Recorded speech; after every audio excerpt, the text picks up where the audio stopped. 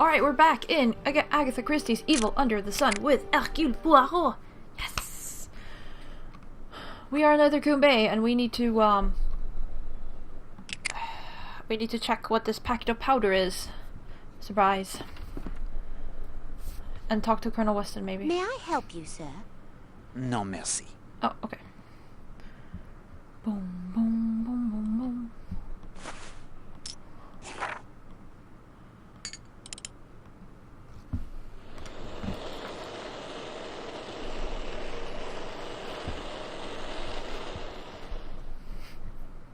The sandwich tin from the cave? It contains heroin, beyond any doubt. Should probably tell Colonel Weston this. Yo.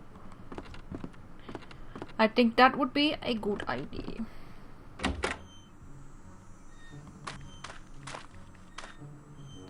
Perhaps. Let's see if there's anyone here.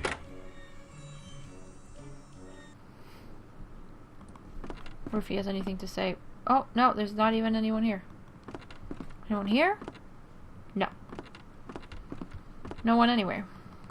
Alright.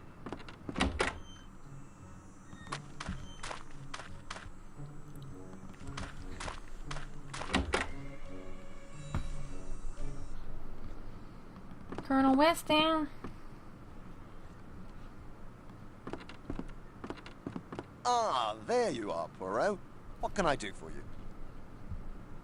Do you have the background checks on the suspects? Yes, here they are. Just let him give that to Poirot. There we go. Any news on Jimmy Nash, the photographer? I haven't received the report yet, but your inquiry got Scotland Yard very excited about something. I will be curious to hear what they find. Okay. Au revoir, monsieur. That was not much. Okay. So... background check. Here we go. Alright. Major Montague Barry. Former Army officer, retired 1932. Able field commander. 2 reports of inappropriate attentions directed towards several wives of fellow officers. Lovely. No disciplinary action taken. Of course not. No criminal record. Harsblatt. Owner of Blatt's Emporium, hardware and general goods store. Successful enterprise since its opening in 1923. However, trade has fallen off in the past 2 years, and there are rumors the business may go under. Even so, Black continues to lead a lavish lifestyle and appears to have the funds to support same. No criminal record. Emily Brewster. Ballet instructor, North Brixham Conservatoire. Former member of the Commonwealth Ballet Company. Severe hamstring injury cut short a promising career. Now a well-respected teacher, liked by students. No criminal record. Rosamund Darnley, well-known fashion designer, owner of Rosamond Limited. The company is extremely profitable. Her designs are said to be stylish with just the right touch of flair. Very popular in London at the moment. No criminal record. Oakley and Carrie Gardner. Husband is former owner and manager of the Whitehaven Theatre, a well-respected regional theatre in the Lake Country. The theatre began to suffer financial losses in 1931, and last year, after an aborted attempt to mount an expensive production of Chekhov's Three Sisters, the theatre was forced to close. No criminal records. Stephen Lane, former clergyman. Lane lost his living 3 months ago after a series of bitter sermons indiscriminately attacking the feminine sex outraged many of his parishioners. No, really! One charge of disorderly conduct in a public house last month was dismissed. Captain Kenneth Marshall, investment banker and partner in the city firm of Marshall, Osgood and Gans. Married to actress Arlena Marshall, one daughter, Linda, from a previous marriage. While personally reserved and quiet-spoken, Marshall has a reputation as a tough businessman who can become ruthless with anyone who he believes has crossed him. No criminal record. Patrick and Christine Redfern. Husband is an estate agent just beginning to establish himself in the area, has been seen in the company of London's Smart Set, recently seen about in the company of actress Arlena Marshall. Wife has interested herself in local charities, no criminal records. Mrs. Hilary Castle. Castle is the woman's maiden name. In 1916, she was married in Germany to a Karl Frisch, Husband's current whereabouts are unknown. In January of this year, she was fired from her job as manager of a small hotel in the West End after continually making comments sympathetic to fascist politics to guests. No criminal record. Gladys Narracott, chambermaid, Smuggler's Rest Hotel, spent her entire life in Ledicombe Bay, hardworking, no criminal record. George Strum, bathing beach attendant at Smuggler's Rest Hotel, many prizes for swimming while at school, scheduled to shortly enter naval training, no criminal record. Henry Bailey, barman, Smuggler's Rest Hotel, originally from West Sussex, 2 arrests as a teenager for public nuisance and defacing of public property. Served 1 month in Borstal for the first charge, 3 months for the second. Okay. Check the post office for a response to your telegrams. Oh, okay. Okay. Yeah, that does seem like a responsible thing to do. An interesting thing to do. Maybe rather. Mostly. Let's do that. Of course.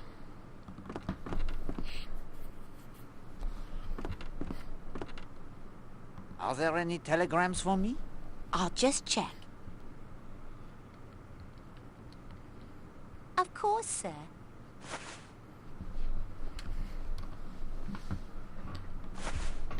Package received from Miss Porter in response to my telegram.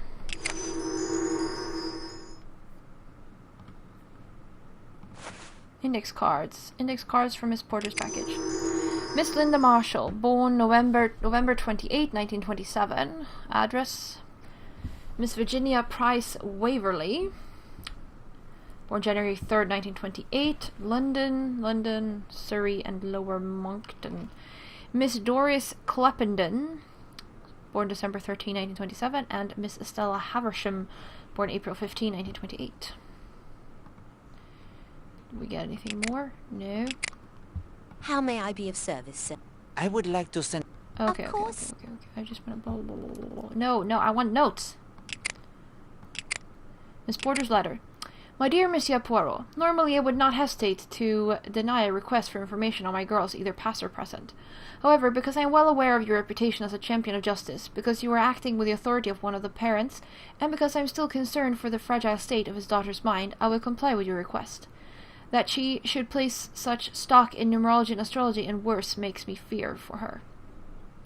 Linda and her friends, Virginia, Doris, and Estella, were expelled after it was discovered by me that they were engaging in, and there's really no polite way of putting this, the practice of voodoo as found in certain backward and dissolute isles of the Caribbean. Okay, maybe you don't have to put it like that, but...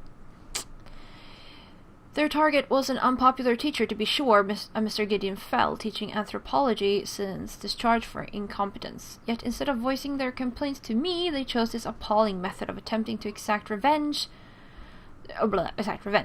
I needn't add, I'm sure that all of their efforts came to naught other than to have them summarily removed from my school. I have included the information cards on each of the girls. Should you require further particulars, please contact the girls or their parents directly. I'm sure you'll understand that to maintain the sterling reputation my school rightfully enjoys, I should like to put the entire shameful business behind me. Sincerely, Miss Eugenie Porter, Headmistress, Miss Porter School for Young Ladies. And we have a letter from Barkett and Applegood. Barkett and Applegood, Bedford Square, London. Dear Monsieur Poirot, we are of course shocked and deeply saddened to learn of our client's death. As I understand, you are acting for the police in this matter. I have no hesitation in providing you with the information you have requested. Raina Marshall's career as an actress was an extremely lucrative one. Her husband, Kenneth Marshall, is the only beneficiary of her will. Her accounts stood until recently at a comfortable £50,000. Last week, however, she requested and received a bank draft in the amount of £10,000. The reason for the withdrawal is unknown. Nathaniel Barkett. Alright. Use information from Miss Porter to solve Linda's puzzle box. Okay, yeah. Wait. I wonder if they have a book in astrology, though. We have quite a few books for sale, sir.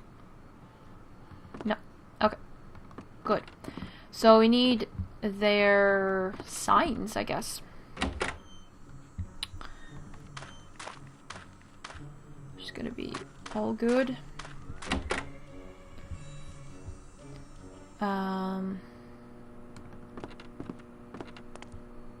Oh.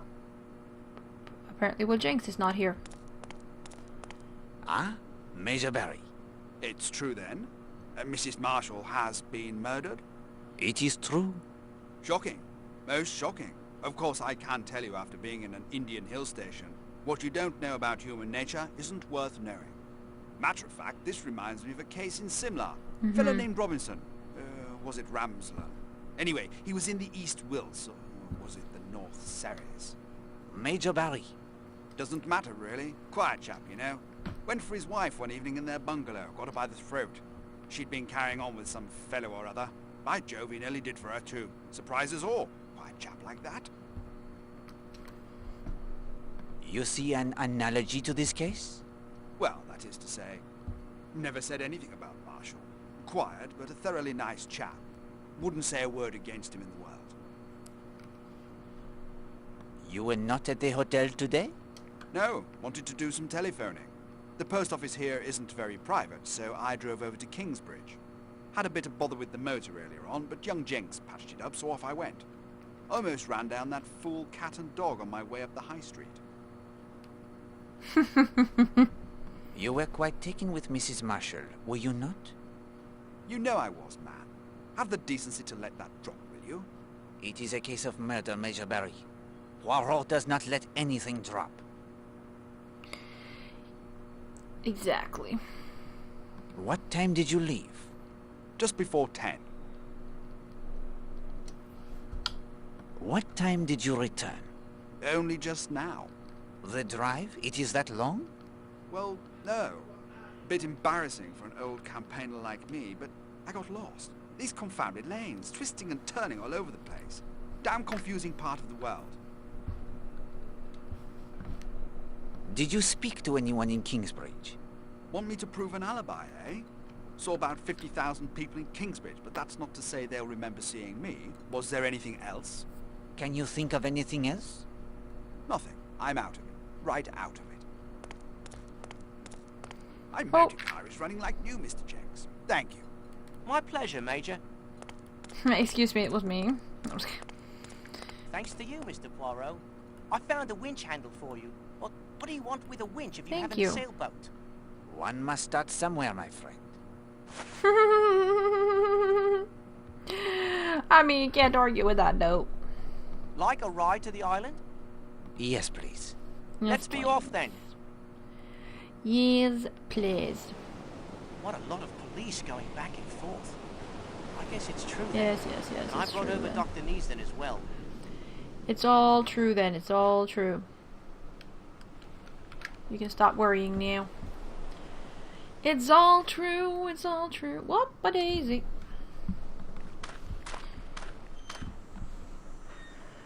Okay, so we have the winch, and we want to go check the puzzle box. So I guess we do the puzzle box first, really. Yeah.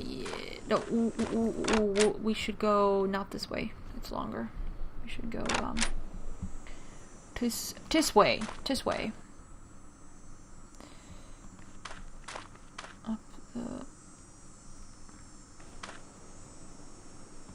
Up here.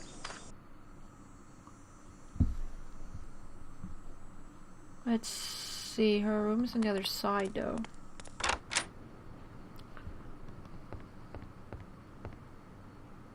I think over here. Lena's due, I can't at Marshall. Oh yeah, her room is up here somewhere. There.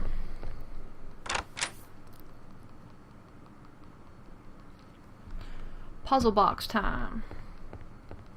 Oh wait a minute, I need to check okay, but we need to check. There's the wind channel, good. Okay, let's see here. We have, I should probably write this down. We can check this at any time. November 28, January 3, December 13, and April 15. So November 28 is Sagittarius. January 3 is Capricorn. December 13 is Sagittarius again, and April 15 is after Pisces is Aries. So we have two Sagittarius, one Capricorn, and one Aries.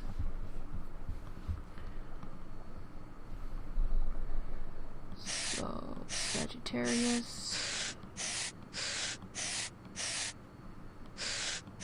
Capricorn, I guess. Sagittarius. And Aries. We were on Aries. Come on, stop. But I guess they're in some other order. They might be in order of oldest to youngest. And in that case, it would be Sagittarius, Sagittarius, Capricorn, Sagittarius, and Capricorn. You do yourself a credit, mon ami. Bravo. I know my Western astrology, though.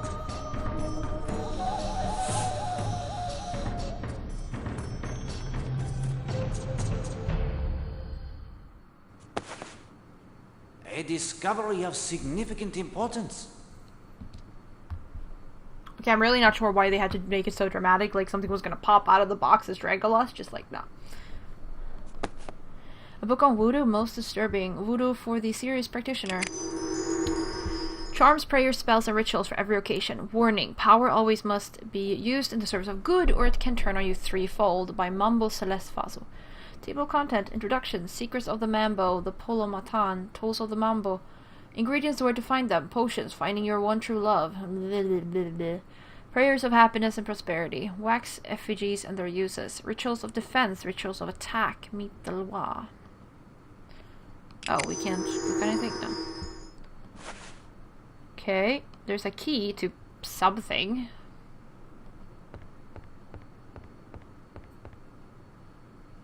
What is this something? Find the lock that matches the key from Linda's room. Yeah. I don't think I've seen anything that's locked. Like, nothing comes to mind, at least. That's like we found that's locked. Yet. I don't know, Gladys. Don't think me rude, sir, but I can't talk right now. No, that's fine. Okay, let's go use the winch handle.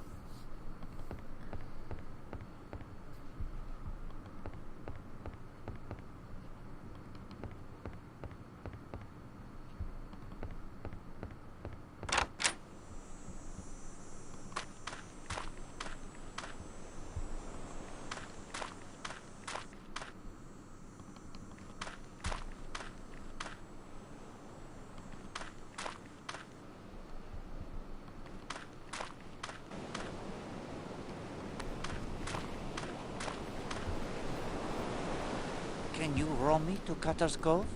Mr. Poirot, after your efforts to find Millie's killer, I'll row you any time you like. You need only ask me. Climb That's what in. I'm doing.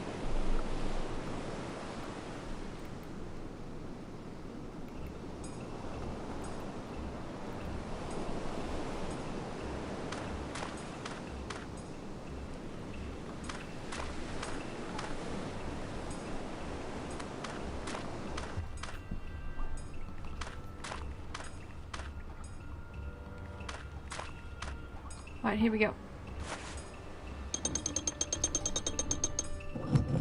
A hidden passage. Now we're getting somewhere.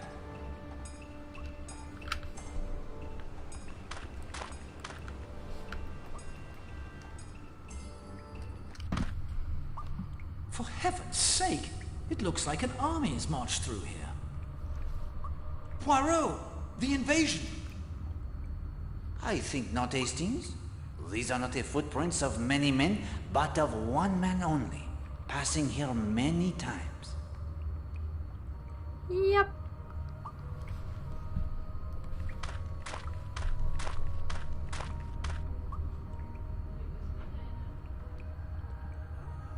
There's something The here. footprints of a man passing to and fro many times. Mm-hmm.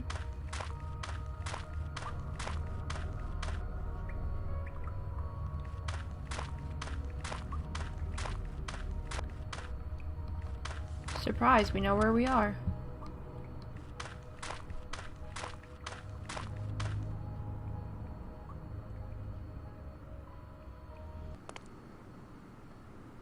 And he literally had to take his hat off for this.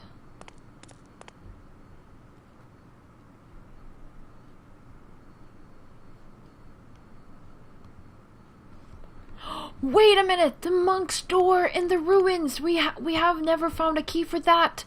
The key in Linda's room could go to that. That's a lock. That's a lock we don't know how to open.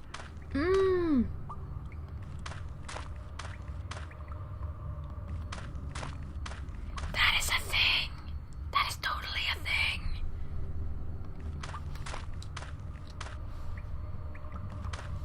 Here. The thing is over here. The thing is over here.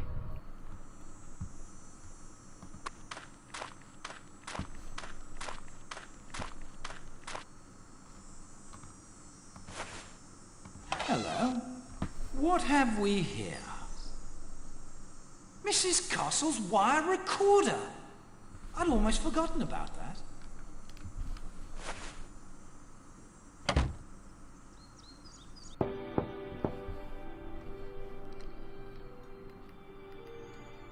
Linda? Linda?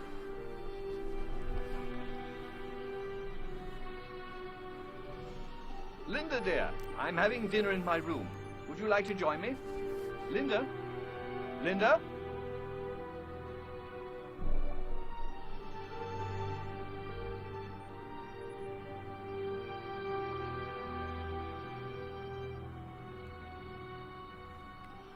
Good Lord, Linda! No! Help! Someone help us! It's my daughter! Please!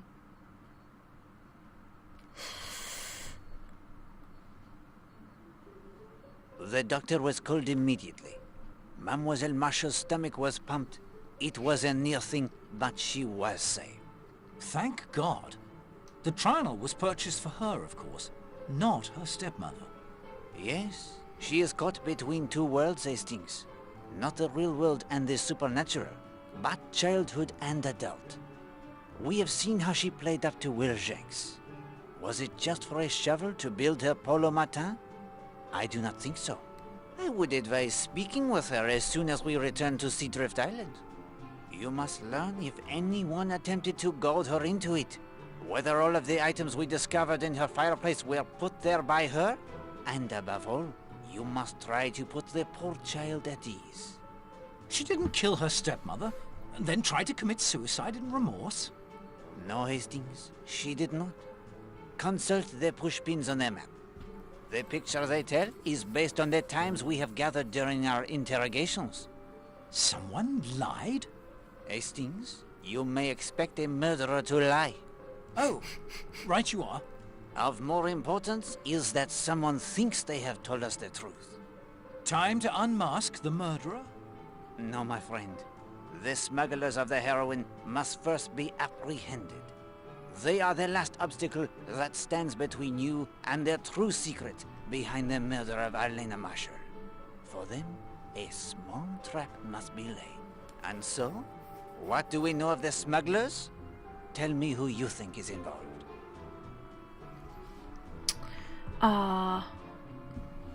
North. Frankly, Blatt. And his weird sail with his red sails. And all the money he has, although his businesses are not doing very well. Horace Blatt. Indeed. Monsieur Blatt with the hardware store that is not doing as well as he would have us believe. He earns his income elsewhere. North. He's no birdwatcher. Excellent, my friend. Yes, Mr. North from London with his criminal background seems an obvious choice. What are the clues to their plan? Color Blatt sails, North's bird watching where there are no birds, North interest in the smugglers and Pob, the heroin hidden in Cutter's Cave, the new method of opening the tunnel in Cutter's Cave. I would say the color Blatt sails. The color of Blatt's sails. Red and white. Oui, bien. What do they signify? I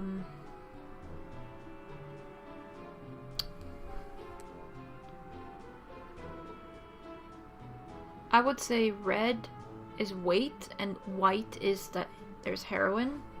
It seems sort of logical. Red tells North to wait. When the red cell flies, Monsieur waits and watches. White tells North the heroin is ready to be picked up. Exact. That is when North makes his move to collect it. The murder. It throws the plans of Monsieur Blatt and Monsieur North into disarray. They dare not retrieve the sandwich box from the scene of the murder, with so many police tramping about. So, we know 3 things which will help us capture them. The first, they assume the heroin is still where Monsieur Blatt hid it in the cave, for no outcry has been raised. Second, once it is in their possession, the safest route off the island will be back through the tunnel they have used so many times before. And third, we have the means to stop them in their tracks. What do we possess that Monsieur Blatt must need most desperately to navigate the tunnels beneath the island? The compass. The compass! You have it, my friend. The compass is necessary to navigate the maze of tunnels. We have found the broken compass of Monsieur No. Only the compass of Monsieur Blatt remains. And how can we render it useless? Throw it off with the sliver of magnet we found in the garage. Throw it off with the sliver of magnet we found in the garage. Yes, of course. We return the useless compass to Monsieur Blatt, replace the sandwich tin, and the trap, it is set. Now all that remains before we return to Seadrift Island is the last clue concerning the magical finger of suspicion. Before you give me the last clue, may I see how I am doing so far? But of course, present the clues you have so far, and your interpretation of them. If you choose correctly less than half of the time, I will give you an additional hint, along with the final clue. Power was the first clue. Thing is powered by electricity. The thing is powered by electricity. A good beginning. The second clue was lamp.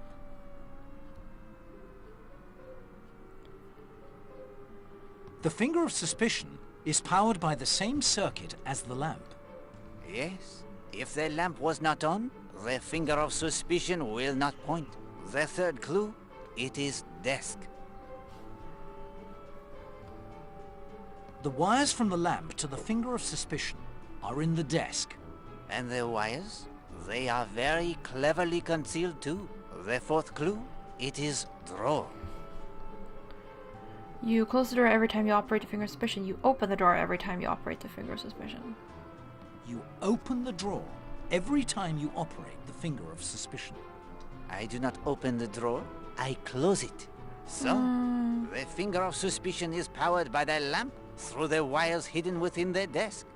Closing the desk drawer yes, of course. closes the circuit to allow the current to flow. Clue 5 is an easy one.